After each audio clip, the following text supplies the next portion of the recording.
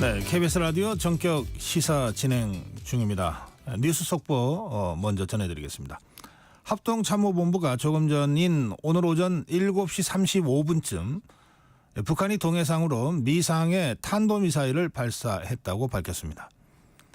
북한은 앞서 지난달 31일 신형 대륙간 탄도미사일인 화성 19형을 발사했고 닷새 만인 오늘 미국 대선을 앞두고 다시 미사일 도발을 감행했습니다. 네, 전국 현안 짚어보겠습니다. 네, 국민의힘 신지호 전략기획부총장 모시고 말씀 나누겠습니다. 어서 오십시오. 네, 안녕하세요. 네, 제가 지금 조금 전에 속보도 전해드렸는데 이 북한의 군사도발, 특히 미국 대선을 앞두고 또 어제는 또 윤석열 대통령을 맹렬히 비난하는 성명을 직접 내기도 하고 계속 이렇게 군사도발을 고조시키고 있어요. 정부 여당이 국내 정치나 여러 가지 어려운 상황에도 불구하고 적어도 이 외교안보 영역에 있어서 많은 그 국민들이 안심할 수 있도록 해야 되는 것 아닌가, 이건 의무 아니냐 이런 생각이 드는데요. 저도 전적으로 동의하고요. 저희 당에서도 한동훈 대표도 최고위원회의 그 공개 발언을 통해서 외교안보 지금 대통령께서 아주 든든하게 잘하고 계시다. 당도 적극적으로 협력할 거 협력하겠다. 그리고 지금 이제 굉장히 좀 이제 미국 대선 또 북한군 러시아 파병 등등 해서 이번 달에 여러 가지 그 외교적인 변화가 있을 수 있는데 거기에 대해서는 한치의 흐트러짐 없이 대응해야 된다고 생각합니다. 지난 주말에 더불어민주당이 주최하는 그 장외 집회가 있었습니다. 네. 그리고 그 전후에서 이재명 민주당 대표와 또 다수의 더불어민주당 의원들이 김건희 여사 규탄 또는 윤석열 정부에 대한 비판과 동시에 그 전쟁 위험 얘기를 부각하고 강조하면서 마치 반전운동 쪽으로 방향을 틀듯이 하는 움직임을 보였습니다. 네. 이게 이제 북한의 최근에 이런 도발, 또 북한군의 러시아 전선 투입과도 다 연계되는 것 같은데, 네. 그 점은 어떻게 보십니까? 그거는요, 앞뒤가 완전히 바뀐 건데, 그러니까 우리 정부가 우크라이나의 살상용 무기를 이제까지 좀 간접적 지원을 해온 거 아니겠습니까? 일부는 이제 수출을 통해서 매각을 한 거고, 일부는 이제 미국 측에 그 155mm 미리 그 포탄을 이제 대여를 해준 거죠. 근데 요번에 그걸 가지고 이제 전쟁을 도발하려는 거 아니냐. 좀 황당무계한 논리를 피는데, 우리 정부가 아직까지 그런 구체적인 검토를 한 바도 없고요. 그 다음에 북한군의 러시아 파병이 얼마나 그게 잘못된 결정인지 국제사회가 한 목소리로 거기에 대해서 비난의 목소리를 높이고 있는데, 책임 있는 수권 정당이 어떻게 거기에 대해서는 제대로 된 따끔한 지적 없이 오히려 윤석열 정부가 무슨 전쟁 획책하고 있다. 그렇게 하면 할수록 본인들이 외교안보 노선에 있어서 든든한 세력이 아니라는 거를 오히려 국민들께 자기 고백하는 그런 게 되지 않을까 싶습니다. 네. 그 주말 지난 토요일 날 더불어민주당 집회에 모인 그 인원을 둘러싸고도 말이 워낙 달라가지고 더불어민주당 쪽에서는 30만 얘기가 나왔고 경찰 비공식 집계입니다만 17,000명 얘기가 나왔고 차이가 나도 좀 너무 나는 것 같은데, 어쨌든 그 집회를 거치면서 계속해서 윤석열 대통령을 탄핵하는 쪽으로 지금 분위기를 잡아가고 있는 것 같은데, 그러나 공식적으로는 일체 탄핵이라든지 그런 얘기를 또 안 한단 말이에요. 저는 그날 집회에서요, 김민석 그 최고위원이 한 말에 그들의 진심이 담겨 있다라고 보거든요. 그러니까 탄핵이든 하야든 개헌이든 임기단축 개헌이든 대한의 봄은 올 것이다. 대한의 봄이라는 게 내년 5월 조기 대선이거든요. 그러니까 그 방법이야. 탄핵을 통하든 하야를 통하든 잦은 하야를 통하든 아니면 임기단축 개헌을 통하든 내년 5월에 하자, 그 얘기예요. 근데 탄핵과 개헌과 하야 뭐 이런 거는 완전히 결이 다른 얘기 아닙니까? 그러니까 그들의 목적은 오로지 5월 뭐 1년 임기 1년 단축도 아니고 2년 단축 아닙니까? 그런데 어제 이제 또 이재명 대표는 또 전격적으로 금투세 폐지하는 정부 여당 당론에 동의한다 이래 버렸어요. 네. 그러니까 그건 또 이제 이른바 1,400만 500만 개미 투자자 의식한 중도 확장 뭐 몸부림이다 이런 해석이 나오잖아요. 네. 한쪽에서는 어떻게든 대통령 끌어내려서 조기 대선 획적하면서 또 그런 걸 한단 말이에요. 그러니까 이 보니까요 민주당이 전략적 침노 이게 없어요. 뭘 그런 거대한 프로젝트를 성사시키기 위해서는 거기에 도달할 수 있는 전략적 침노가 뭐다 이렇게 해놓고 뭐 작업을 해야 될 텐데 그런 게 없어요. 그러다 보니까 냉탕 온탕 왔다 갔다 하고요. 예, 어제는 뭐 금투세 폐지하고 뭐 SK 최태원 회장하고도 만나서 AI에 관한 방금 전에도 뭐 네. AI 뭐 대담하셨지만 뭐 이재명이 어떤 새로운 모습을 보여준다 하면서 또 이번 주 토요일인가요? 9일이죠, 9일? 9일. 네, 이번 주 토요일입니다. 네, 이번 주 토요일이죠. 또 민노총하고 뭐 장외 집회하는 거 적극 검토한다. 도대체 뭐예요 이게? 그러니까 냉탕 온탕 오고 가면서 전략적 침노도 없고 그래서 죽도 밥도 안 될 것이다 이렇게 봅니다. 아 그래요. 그렇지만 워낙 압도적 의석을 갖고 있어서 네. 국회에서는 더불어민주당 또 이재명 대표가 결심하면 못할 일이 없잖아요. 네. 대통령의 거부권 말고는 네. 사실 거칠 게 없죠. 네. 그래서 김건희 여사 특검도 세 번째로 다시 밀어붙이려고 하고 있습니다. 네. 본회의를 11월 14일로 예정하고 있고 그러면서 어제 박찬대 원내대표가 이른바 국민의힘에서 한동훈 대표가 얘기하는 독소조항 얘기까지 다 열어놓고 우리가 타협하겠다. 네. 하여튼 특검을 받기만 해다오. 예. 뭐 이런 정도의 제안을 했던 것 같은데요. 그러니까 전략적 침노가 없다 보니까 이게 유일한 뭔가 현실적인 타겟책이 될 거라고 보고 있는 거죠. 그런데 지난번 두 번째 재표결 때 결국 통과 못하고 폐기가 됐습니다만 네. 뭐 적어도 최소 4표의 이탈표가 저희 당에서 있었다 하는 거잖아요. 네. 그러니까 그 이후에 여론은 더 좀 나빠졌잖아요.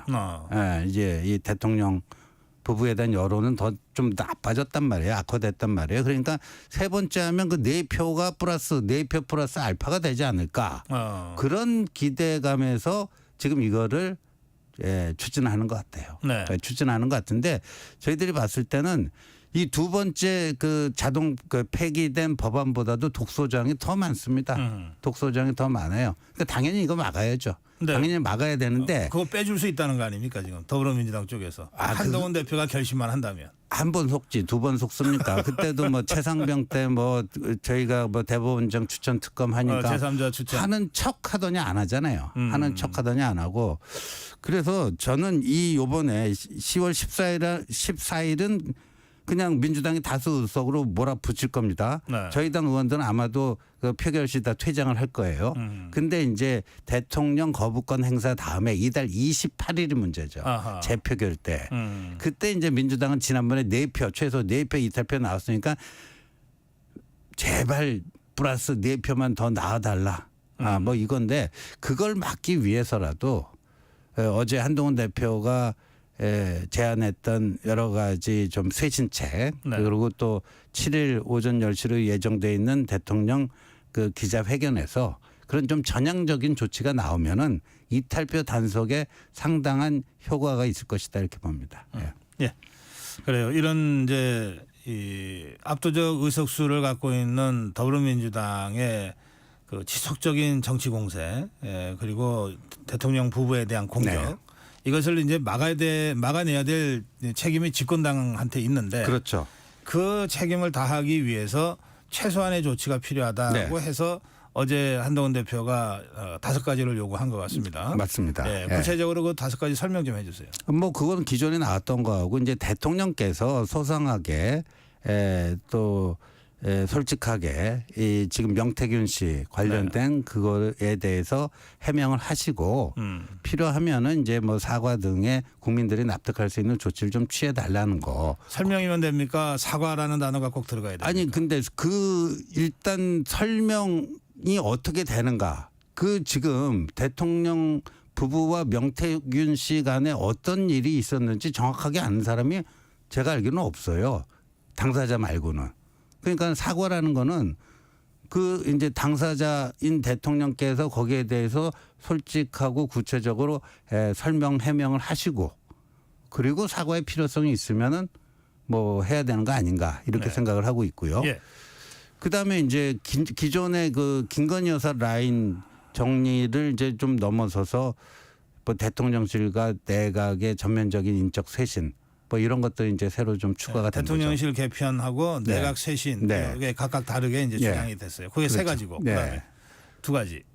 그거는 이제 기존에 나왔던 그게 있죠. 김건희 여사 활동 전면 중단. 전면 중단. 예, 예, 그럼 거기에는 그 이른바 외교 활동도 포함됩니까? 예.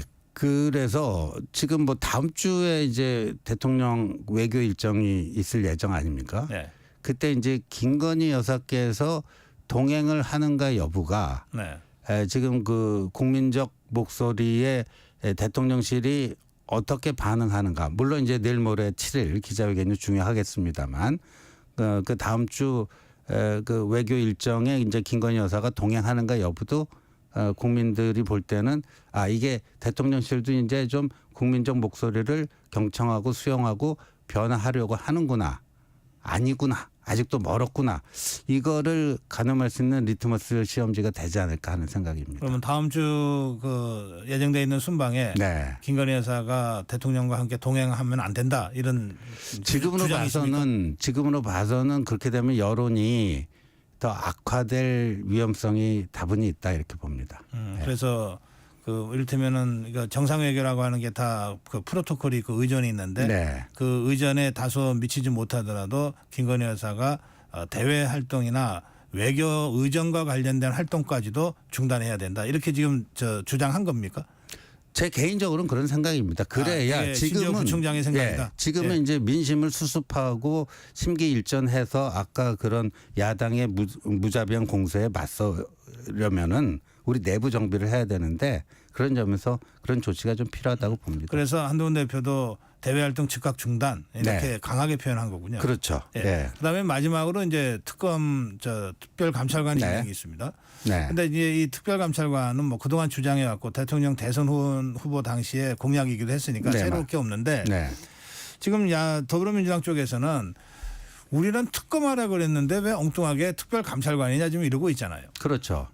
그 더불어민주당에서 지금 걱정 염려하는 거는 특검의 대체제 비슷하게 되는 것을 제일 우려하고 있는 것 같아요.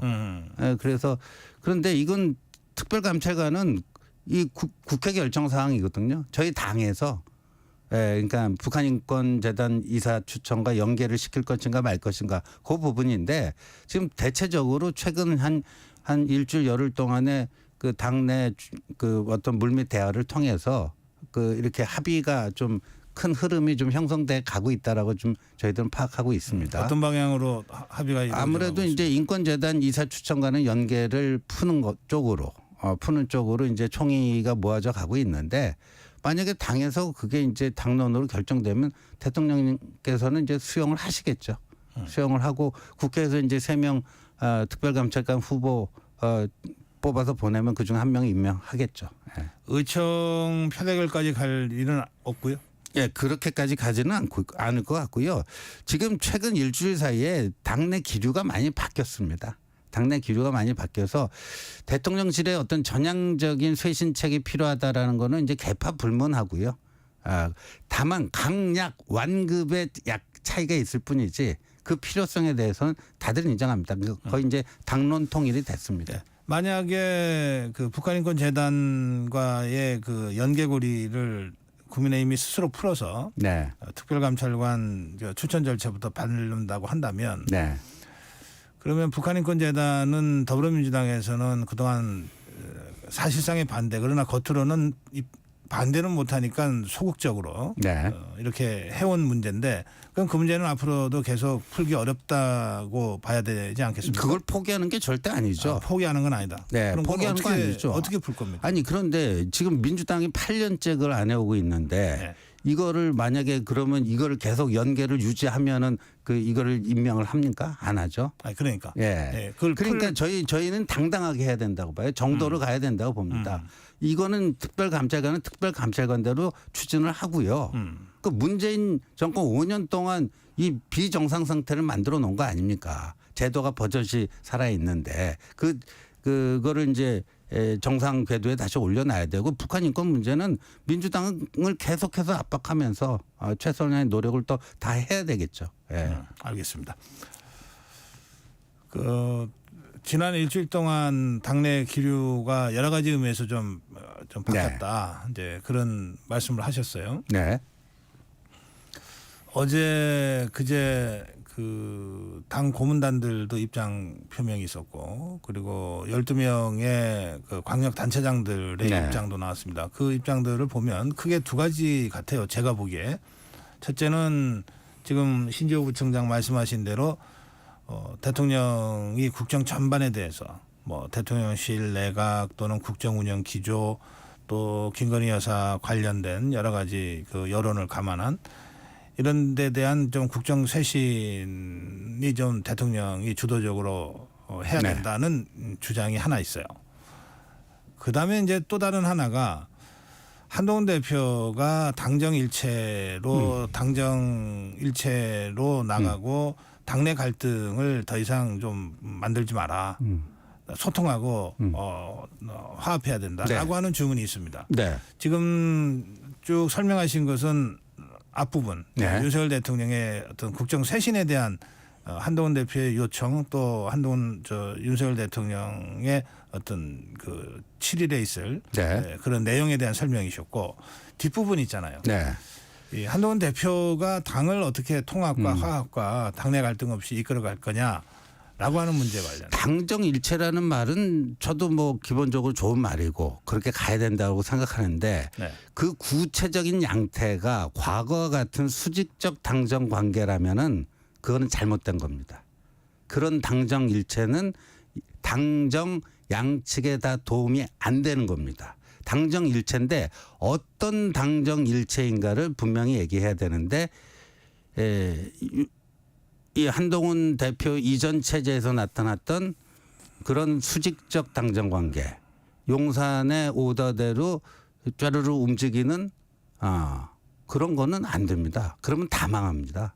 그런 당정 일체는요, 다 망하자는 당정 일체예요. 저희들 볼 때는.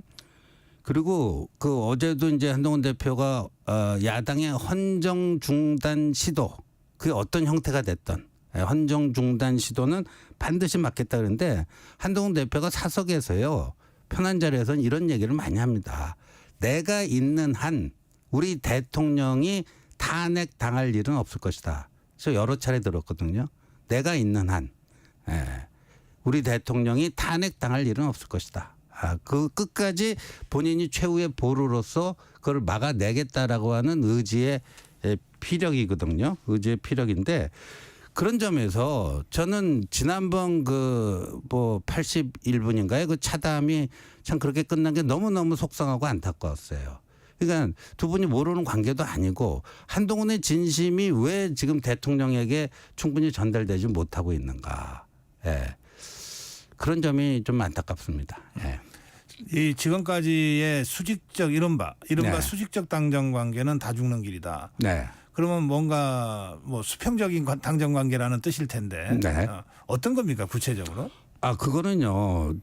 제가 당은 당대로 움직여야죠.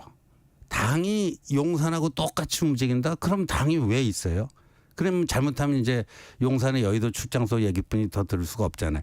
요번에 명태균 씨 이 사건이 일어나고 용산의 대응 이 불충분하고 부족한 게 많았잖아요. 만약에 그 해명을 100% 당이 전적으로 수용해갖고 그 용산하고 보조를 같이 했다. 그럼 어떻게 됐겠습니까? 그리고 지금 각종 여론조사를 통해서 나타나고 있는 게 대통령의 지지율은 내려가지만 당의 지지율은 오히려 올라가는 이 디커플링 현상이라고 하는데 이 디커플링이 저는 같이 동반 상승하는 걸 바라는 거죠. 당연히. 그런데 최근에 이 디커플링 현상은요. 잘 봐야 되는 게 보수의 분열을 촉진하는 그 디커플링 현상이 아니고요. 보수의 파이를 유지하는 디커플링 현상입니다. 예. 그러니까 이게 당의 지지, 이게 대통령에 대해서는 일시적으로 우리 지지자들이 실망해서 대통령 지지율은 좀 내려가지만 당 지지율은 오히려 높아간다는 거는 대통령께서 심기일전에서 집권 초기의 모습, 후보자 시절의 모습으로 돌아가신다면은 충분히 회복 가능하다. 그걸 보여주고 있다라고 봅니다. 예. 네. 그 계보 정치에 대한 걱정과 우려도 있어요. 특히 최근에 한동훈 대표가 한 두 차례 그 비교적 가까운 이른바 친한계로 언론에서 분류하는 그 정치인들과 식사를 한 것 때문에 아마 그런 우려가 있었던 것 같은데 그 문제는 어떻게 보세요? 뭐 그거는 정치를 하다 보면 친소관계는 다 있는 거고 그 친소관계라는 게 무엇에 의해서 발생을 하는가? 당 운영을 둘러싼 당정 관계에 대한 어떤 생각이 다를 수가 있잖아요. 그런 것 때문에 세상에 뭐 선진국의 어떠한 그 자유롭고 민주적인 정당에서 그런 건 다 있기 마련이거든요. 그러니까 그거 자체가 잘못됐다 이렇게 생각 안 합니다. 예. 그러면 그날 두 번째 식사 모임에서는 정기적으로 봅시다라고 헤어졌다고 보도가 되더라고요. 네. 그럼 앞으로도 그 계보 정치라는 그 외부의 그 따가운 시선이 있을 수 있는데 예. 에도 불구하고 그런 모임은 계속 할 계획이라는 뜻입니까? 필요하면 해야죠. 그리고 정치라는 건 기본적으로 다수파를 만들어 나가는 작업 아니겠습니까? 그 당내에서 아직까지 확실한 다수파가 아니기 때문에 누가요? 한동훈 대표가 그렇죠. 의원들 분포를 보면요. 아직까지 확실한 다수파는 아니기 때문에 다수파를 만들어 나가기 위한 노력은 계속 해야 되는 거고 근데 이거를 어떤 무슨 뭐 자리나 이권을 제시하면서 이렇게 하는 게 아니라 우리 이런 대의와 이런 식의 우리의 그 어떤 전략에 대해서 동조하는 사람들은 여기 좀 함께 해달라 이런 거죠. 그 동지를 규합하는 행위죠. 예. 그 당 대표는 당연히 다수파인 줄 알았는데 아니라고 그러시니까 네. 그 지금 국회의원이 108명이잖아요. 네. 그러면 이제 현역 의원을 주로 이제 얘기하는 거 아니에요? 그렇죠. 그렇죠. 그죠? 예. 그럼 대충 그 이른바 친한계는 몇 명쯤 됩니까? 그러니까 이제 커밍아웃한 친한이 그런 만찬 자리에 나가는 거고요. 그러면 커밍아웃한 친한은 한 20명. 20여 명 됩니다. 예, 그래요. 커밍아웃한 친한은 20여 명 되고 예. 곧 커밍아웃 예정인 또 그 예비 저기에 있죠. 예. 음. 뭐 그런 것까지 이 자리에서 다 얘기하는 그렇고요. 말씀하시니까 제가 여쭤본 건데 아직 근데 뭐 커밍아웃 그게 겁낼 일도 아니잖아요. 당 대표랑 함께 하겠다는 게 뭐 당에서 그게 뭐 누구 눈치 보고 그럴 일입니까? 근데 저희 당 의원들이 좀 많이들 착해요. 그래서 대통령이 이제 임기 반도 아직 안 지났는데 대통령하고 불편한 관계인 게 사실이잖아요. 예, 한동훈 대표가 그쪽으로 선뜻 가기가 얼마 좀. 전까지는 뭐 별로 갈등도 없고 불편한 거 없다고들 설명을 하시더군요. 근데 뭐 그게 현실이다 보니까 예. 쭈삣쭈삣하는 그런 예. 이제 의원들도 있는 게 현실이죠. 그러면 예.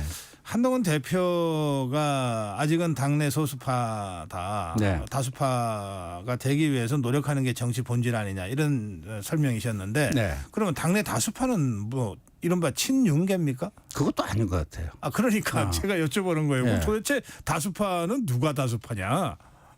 그러니까 그 관망파가 다수파인 것 같아요. 관망파가. 예. 중간지대 관망파가 지금 수적으로는 제일 많은 것 같습니다. 그래요. 예. 뭘 관망하는 건지 모르겠는데 알겠습니다. 예, 이거 당인 만큼 어떤 면에서는 중심이 없다는 뜻도 되는 거네요. 예.